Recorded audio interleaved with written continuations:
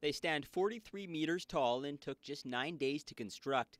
The two new storage silos, as well as the 60-meter tall transfer tower at the Atikokan Generating Station, will soon be supplying the power plant with wood biomass.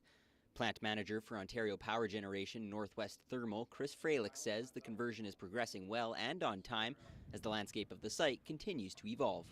In total at the site right now, we've got about 200 construction workers.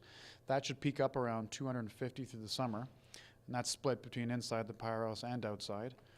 As I said, inside the powerhouse, most of our efforts are focused around some of the boiler modifications and the controls replacement. So it's just a beehive of activity, and it's a really exciting place to be right now. With safety as a first priority, Freilich says communication from the top to the bottom of the construction site is vital to keep all the workers safe and the project on schedule.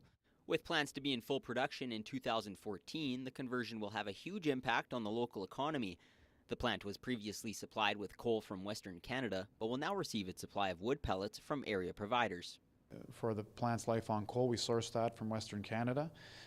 Going forward, we're going to be getting pellets that are produced locally, so there's lots of economic stimulation upstream. Both of our pellet suppliers are in the process of building plants, so that's another exciting activity that's going on right now, the construction activities there. The process of the conversion began in 2006 when the province announced $4 million towards biomass research at the facility, and they've never looked back. Atikokan Mayor Dennis Brown says it's a great project for the community.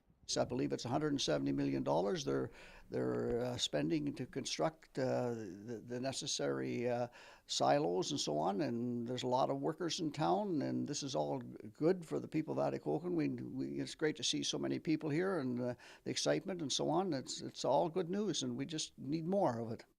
Jordan Milani, TBT News.